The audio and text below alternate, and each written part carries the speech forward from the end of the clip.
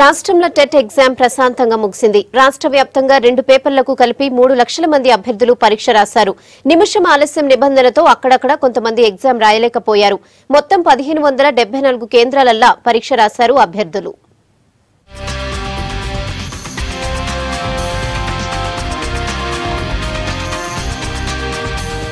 రాష్ట్ర వ్యాప్తంగా TET exam ప్రశాంతంగా ముగిసింది. పొద్దుగల 9:30 నుంచి మధ్యాహ్నం 12 గంటల దాకా పేపర్ 1 ఎగ్జామ్ జరిగింది.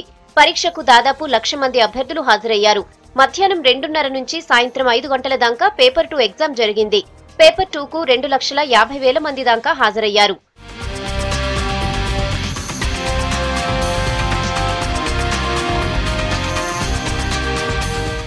ఎగ్జామ్ కోసం రాష్ట్ర వ్యాప్తంగా 1574 పరీక్షా కేంద్రాలు ఏర్పాటు చేశారు ఆఫీసర్లు. దాదాపు 3,30,000కు 912 మంది అభ్యర్థులు పరీక్ష రాశారు. నిర్మల్ జిల్లాల మొత్తం 32 సెంటర్లల్లా 7,500 మంది అభ్యర్థులు పరీక్ష రాశారు. పేపర్ 1కు 2,324 మంది హాజరు కాగా పేపర్ 2కు 5,000కు పైగా అభ్యర్థులు వచ్చారు.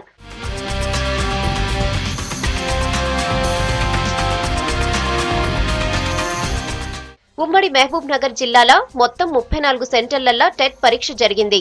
అభ్యర్థులకు ఎలాంటి ఇబ్బందులు లేకుండా ఆఫీసర్లు ఏర్పాట్లు చేశారు.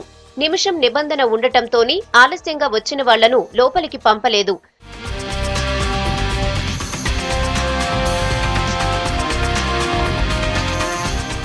మెదక్ల టెట్ ఎగ్జామ్కు 6,000 మందికి పైన విద్యార్థులు హాజరయ్యారు.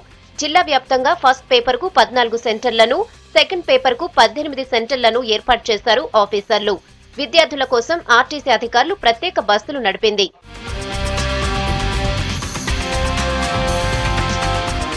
వరంగల్ ఉమ్మడి జిల్లాల 159 సెంటర్లల్లా టెట్ పరీక్ష జరిగింది. మొదటి పేపర్ పరీక్షకు 6,000 మంది అభ్యర్థులు హాజరయ్యారు. గంట ముందుగాలనే సెంటర్కొచ్చారు.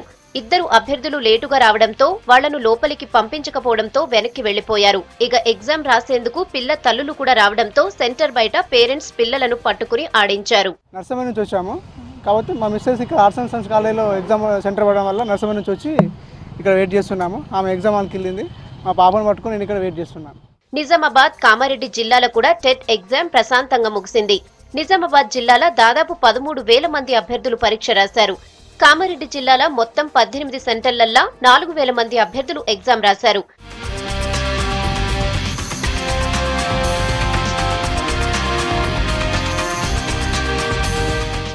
ఉమ్మడి నల్గొండ జిల్లాల మొత్తం 35,000 మంది అభ్యర్థులు ఎగ్జామ్ రాశారు. ప్రభుత్వ బడులు, దాని అనుబంధ సంస్థల్లోనే పరీక్ష నిర్వహించాలని సర్కార్ ఆదేశాలతో మండల కేంద్రాల్లో కూడా సెంటర్లను పెట్టారు.